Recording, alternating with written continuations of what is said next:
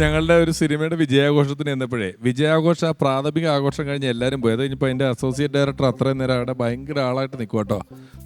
പുള്ളി ഷീൽഡ് മേടിക്കുന്നു, കൊടുക്കുന്നു, കോർഡിനേഷൻ എല്ലാം കഴിഞ്ഞിട്ട് നല്ലോണം അടിച്ച് പഴുത്തിട്ട് പുള്ളി ഒരു പ്ലേറ്റിൽ കൊള്ളാവുന്ന കൂടുതൽ സാധനങ്ങൾ എടുത്തിട്ട് സ്പൂൺ കുത്തുമ്പോൾ സൈഡിൽ നിന്ന് എന്തെങ്കിലും മറിഞ്ഞു വീഴും. ആ മല പോലെ എടുത്തുകൊണ്ട് വന്നിട്ട് മറിഞ്ഞു വീഴുന്നു. പിന്നെയും പോയി എടുക്കുന്നു, തിന്നുന്നു. ഇതെല്ലാം കഴിഞ്ഞിട്ട് അങ്ങ് തീരാറായപ്പോൾ ഈ ക്യൂ ചെറുതായി. പിന്നെ 5-6 പേരെ നിൽപ്പുള്ളൂ. ഞാൻ നോക്കിയപ്പോൾ പുള്ളി ആലോചിച്ചപ്പോൾ എപ്പോഴും ഈ പ്ലേറ്റുമായിട്ട് പോയി എടുത്ത് വിളമ്പി തിന്നുന്നത് പാടായിട്ട് തോന്നിയിട്ടേ പുള്ളി ഒരു സ്പൂണുമായിട്ട് ചെന്നിട്ട് നേരിട്ട് അതിൽ നിന്ന് എടുത്ത് തിന്നുക. എല്ലാത്തിനും നേരിട്ട് തിന്നോണ്ടിരിക്കുക. ഇതുപോലെ എൻ്റെ ഒരു ആശാനുണ്ട്. പുള്ളിക്ക് സൂപ്പ് ഉണ്ടാക്കാൻ അറിയില്ല. ഒരു സൂപ്പ് ഉണ്ടാക്കാൻ അറിയില്ല. അപ്പോൾ എന്തെങ്കിലും സൂപ്പിൻ്റെ ഓർഡർ വന്നു കഴിഞ്ഞാൽ ഇപ്പോൾ രാവിലെ സൂപ്പ് ആശാനാണ് എൻ്റെ ആശാനാണ്. പുള്ളി എന്തുണ്ടാക്കും? സൂപ്പ് എന്ന് പറഞ്ഞാൽ ഏറ്റവും നിസ്സാരമായിട്ട് ഉണ്ടാക്കാവുന്ന സംഭവം. ആശാൻ അറിയാം. അപ്പോൾ പുള്ളി ഇപ്പോൾ രാവിലെ ഒരാൾ സൂപ്പ് ചോദിച്ചാൽ പുള്ളി രാവിലെയൊക്കെ ആരാടാ സൂപ്പ് കുടിക്കണത്? അവനെ ആരെങ്കിലും വിളിക്കേ എന്ന് പറയും. ഇത് തന്നെ ഉച്ചയ്ക്കും പറയും. ഉച്ചയ്ക്ക് ഒരു സൂപ്പ് ഓർഡർ വന്നാൽ ഉച്ചയ്ക്ക് ആ സൂപ്പ് കുടിക്കണത് ഓടാ ആരെങ്കിലും വിളിച്ചിട്ട് പാടാ ഇതിപ്പോൾ ഉണ്ടാക്കി കൊടുക്കണ്ടേ?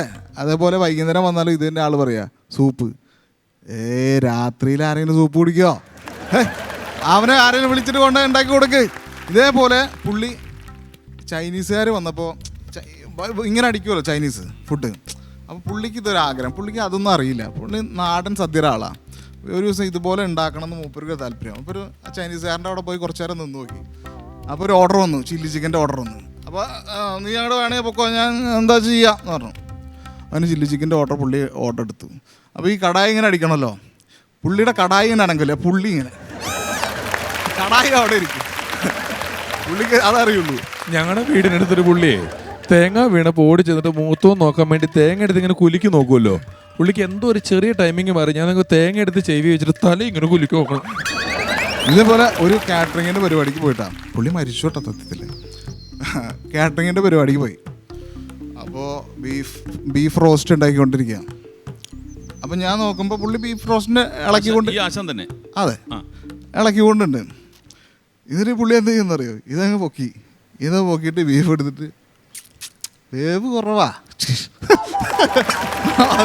ഞാൻ പറഞ്ഞു തല്ലുകൊള്ള വേറെ വിളിക്കണ്ട. അതൊരു തിളയ്ക്കുമ്പോൾ ശരിയാവില്ല അത്.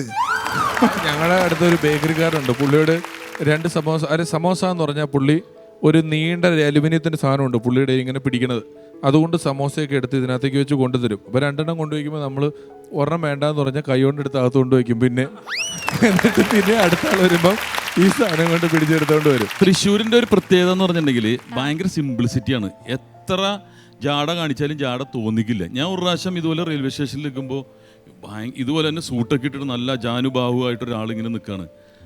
നല്ല വാച്ച് കണ്ടാൽ അറിയാം മൊത്തം ബ്രാൻഡഡ് സംഭവങ്ങൾ ഇതൊക്കെയാണ്.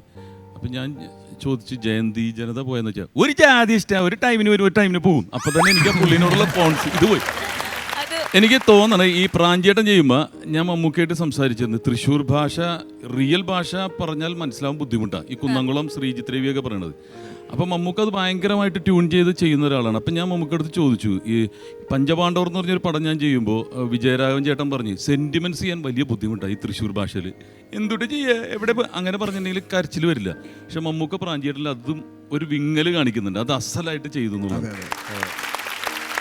ഞാനത് മമ്മൂക്കയോട് പറഞ്ഞിട്ടുണ്ട്. പ്രാഞ്ചേട്ടൻ എന്ന് പറയുന്ന സിനിമയിൽ ഒരു ചിത്രപ്രദർശനം നടക്കുന്ന സ്ഥലമുണ്ട്. അവിടെ പെട്ടെന്ന് ഖുശ്ബുവിനെ കാണുമ്പം നമ്മൾ എഴുതി വായിച്ചാൽ ജോസ് വന്നില്ലേടി, അതായത് 2 വാക്കേ ഉള്ളൂ, ജോസ് വന്നില്ലേടി. അപ്പോൾ തൃശ്ശൂർ മെയിൻറ്റെയിൻ ചെയ്തു വരുന്നൊരു പടത്തിൽ 2 വാക്കുള്ളിടത്ത് പോലും മമ്മൂക്ക പെർഫോം ചെയ്യുന്നതിനകത്ത് തൃശ്ശൂരുണ്ട്. ജോസ് വന്നില്ലേടി എന്ന് പറഞ്ഞിട്ട് ഒരു സാധനം ഞാൻ പറഞ്ഞിട്ടുണ്ട്.